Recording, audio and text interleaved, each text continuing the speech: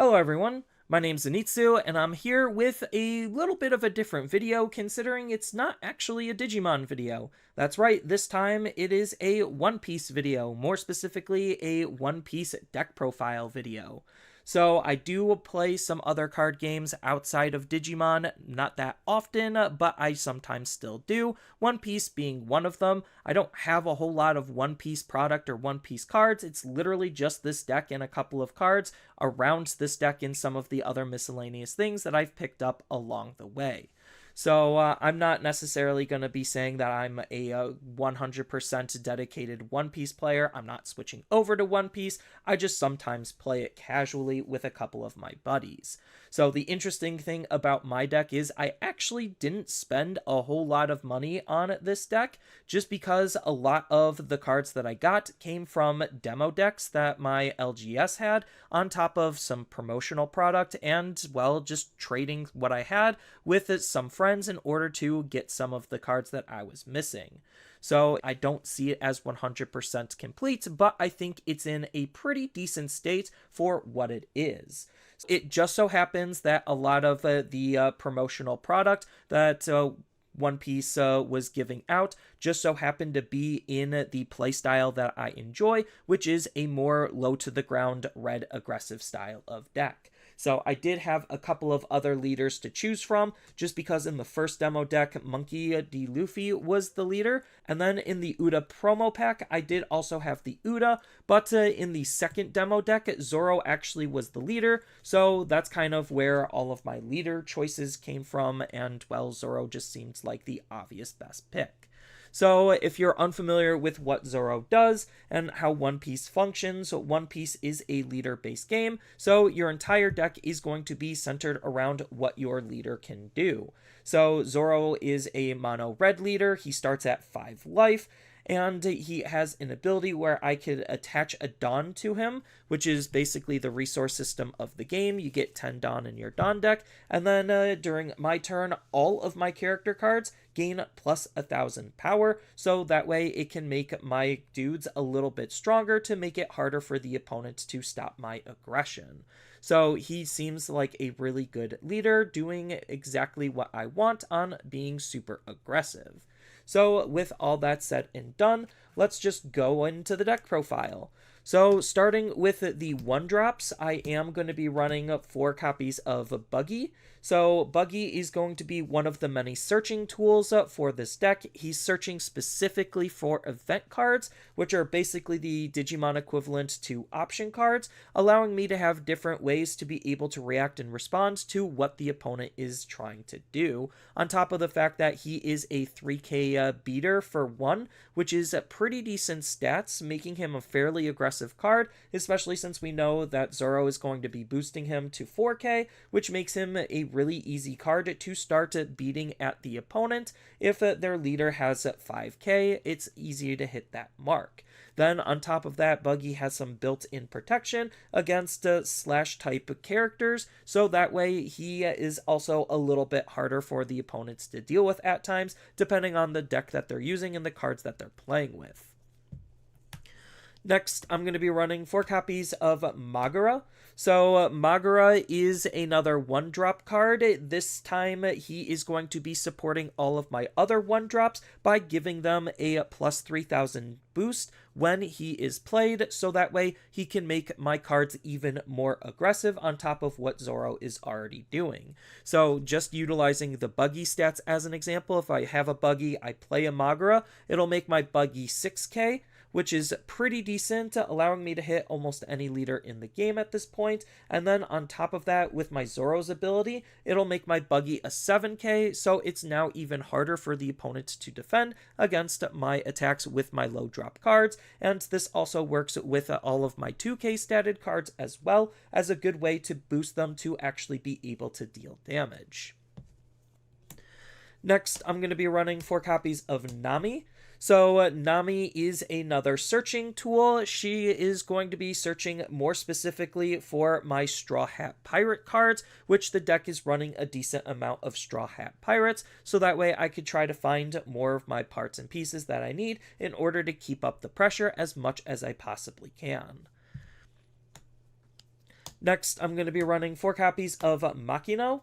So Makino mostly is in here just because she does have a counter power of 2000. So if you're unfamiliar with how the counter power works, that's basically like boosting your dude's stats during an attack against you in order to try to make sure that you're actually going to be able to survive the attack. A lot of cards either have no counter power like Buggy, 1000 counter power like Magura and Nami, or 2000 counter power like Makino. But Makino also has a pretty decent ability to be able to give my red characters with a cost of 1 plus 3000. So she's basically acting like another version of Magura, just a little bit differently, on making sure that I can make my low drop cards as powerful and effective as I possibly can. Next, I'm going to be running 3 copies of Sunny-kun. So Sunny-kun is just another 1-drop 3000 beat stick in order to try to make my low to the ground cards as aggressive as I possibly can, having the exact same stats as what Buggy does. He doesn't have any abilities, but that's okay, just because, well, we only care about the stats of the card. And then the last 1-drop I'm going to be running is 2 copies of Nico Robin. So this Nico Robin is a pretty decent card just because she's another low drop card for us to use, on top of the fact that she's adding some extra control into the deck, allowing us to be able to KO, which is basically kill or delete, one of the opponent's characters with 1000 power or less, which may or may not matter depending on the types of cards that I pair up with her. She's really good at sniping other low to the ground cards, which is her main intended use, but because of the fact that she's a 1-drop, she just also has lots of good native synergy with the deck, as well as being a Straw Hat Pirate traded card for our Nami to be able to dig out. Next, I'm going to be running 2 copies of Sanji. So this Sanji is pretty decent just because he has that 2k counter power, which is really nice at being able to block his certain attacks, on top of the fact that he's actually a pretty decent card at boosting himself, where he can boost himself by 2000 power when we take a life utilizing his ability. So yes, we are dealing damage to ourselves, but that's not necessarily the worst thing, just because we could have certain abilities be able to start to trigger a little bit faster because we're at a low life count. But also the fact that we can give him up to 2 Rested Dawn means that he's also going to be increasing his power by 2000 more, just because the Dawns, when they're underneath the character, give plus 1000 power. So he's just another super low to the ground card that can hit relatively hard when given the time to do so. Next, I'm going to be running 4 copies of Curly Dedan. So Curly Dedan is one of the best cards in this entire deck, just because she is another searching tool, and consistency is always a good thing, especially since Curly Dedan is looking for our 1-costed red characters, which we're running quite a lot of in the deck. We don't necessarily care about anything else about the card other than the fact that she's just one of the best searching tools that we have. And then the last 2-drop that I'm going to be running is 2 copies of Brooke. So this version of Brooke is pretty decent, again, for that 2k counter power. His stats are pretty decent, but the on-play ability is what's really making this card shine, allowing us to be able to move our Dawn around to make our guys as effective as we possibly can make them, just because he's giving 2 Rested Dawn on one of our characters or our leaders. So we could use this with himself. We could use this mostly to give another guy 2 extra Dawn. So it's basically like utilizing our Dawn more efficiently to give an extra 2000 power to whatever unit we need to in order to try to aggress as hard as we possibly can. And speaking of aggressing as hard as we possibly can, onto the 3-drops, I'm going to be running 4 copies of Zoro. So this is going to be the Rush Zoro, and this Zoro just has the ability to swing right away when we play him, and that's all he's really good for. We just care about trying to be as aggressive as we possibly can, and, well, Rush is a pretty decent ability to allow us to do so, having damage come essentially out of nowhere that the opponent is going to have to now try to accommodate for.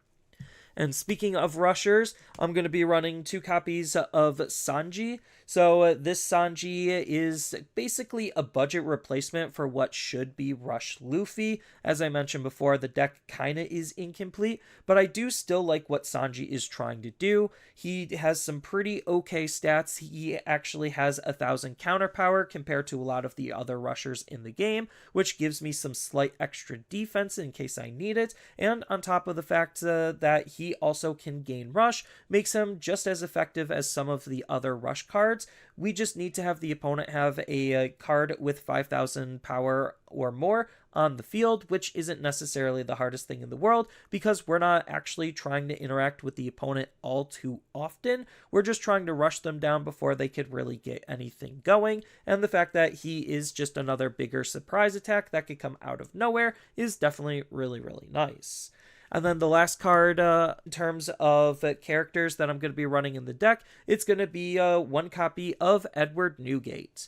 So this is dubbed by the community 9-Gate, and he's actually a really fantastic card just to try to help push the aggression and actually act as some solid defense, just because his on-play ability allows us to be able to give our leader plus 2,000 power. That lasts not only during our turn, but the opponent's turn as well. So once we hit our 9 Dawn, we're going to want to slam this card down to try to make our Zoro leader as strong as it possibly can be, and because it lasts through the opponent's turn, it's going to make it harder for them to be able to aggress onto us as well. And then if we're at 10 Dawn, depending on if we go first or second, then we do have that one extra Dawn to throw underneath the character, or more specifically underneath our Zoro, to be able to give our characters that are on our field his power increase. So he's just a really nice character at doing that, but on top of that, he also is acting as some good recursive removal, because if he sticks on the field, then we get a shove to Dawn underneath him,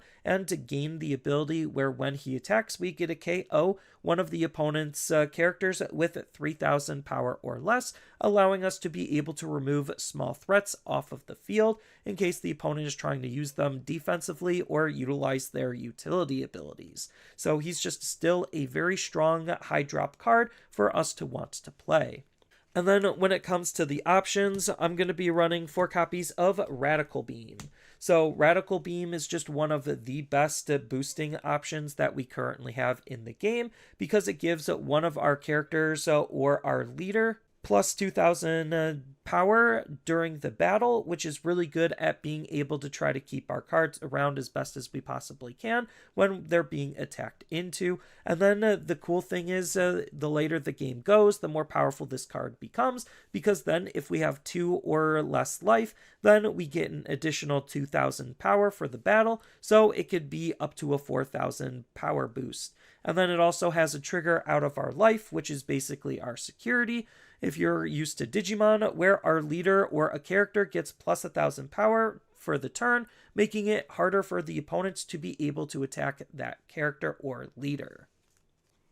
Next, I'm going to be running 2 copies of Diable Jambe. So Diable Jambe is a pretty decent card at allowing us to try to be as aggressive as possible, bypassing the opponent's defenses. So we do have to use this in combination with a Straw Hat Crew character or leader, which the deck is full of, and what the card does is essentially for the turn, the opponent can't activate blocker against the combat of this character or leader that the card was used with. So it's just a good way to try to get free damage in on the opponent that they can't really do a whole lot about. Then it also has a nice trigger out of our life, where we get a KO a blocker with a play cost of 3 or less, just to try to increase the amount of ways that we have to try to bypass the opponent's defenses. Next, I'm going to be running 3 copies of Gum Gum Jet Pistol. So Gum Gum Jet Pistol is that mid-range removal card, allowing us to basically just KO one of the opponent's characters with 6,000 power or less, allowing us to try to clear out even more threats that we might not be able to deal with otherwise. And that kind of sentiment is true for why I'm going to be running 2 copies of Fire Fist. This is the brand new OP05 version of Fire Fist, and this card gives one of the opponent's characters minus 4,000 power, And then if we're at 2 or less life, we get a KO one of the opponent's characters with 0 power. So it's just another way to try to remove some of the opponent's mid-sized threats. And I'm going to be running one copy of the old OP3 Fire Fist just to try to be able to KO more potential targets, just having lots of different varied removal, costing very different amounts, usually being relatively cheap. So I do have to trash an event card from my hand in order to utilize this card, but the fact that I get a KO one of the opponent's characters with 5,000 power and up to one of their other characters with 4,000 power just makes it really, really good for trying to go even with removing threats on the opponent's field. Then it also has a nice ability out of our life, where we get a KO one of the opponent's characters with 5,000 or less just flat is still really, really nice, while the other Fire Fist just activates its main, which could still potentially KO a card with 4,000 power or less, or just make it really hard for them to use that card to attack just because we decrease their power. And that's kind of it for the deck profile. So I think that Red Zoro is looking to be a pretty timeless deck, which is why I feel okay in trying to invest in it as my only One Piece deck, just because I don't really feel like I need anything else, and Zoro seems to be doing just fine in the current landscape of the metagame, at least according to my research. So even though my list isn't exactly optimal, it is a more budget-friendly list. At least it was budget-friendly to me based on how I made it, and I do think that this is a really fun and interesting deck to be playing around with for the One Piece trading card game.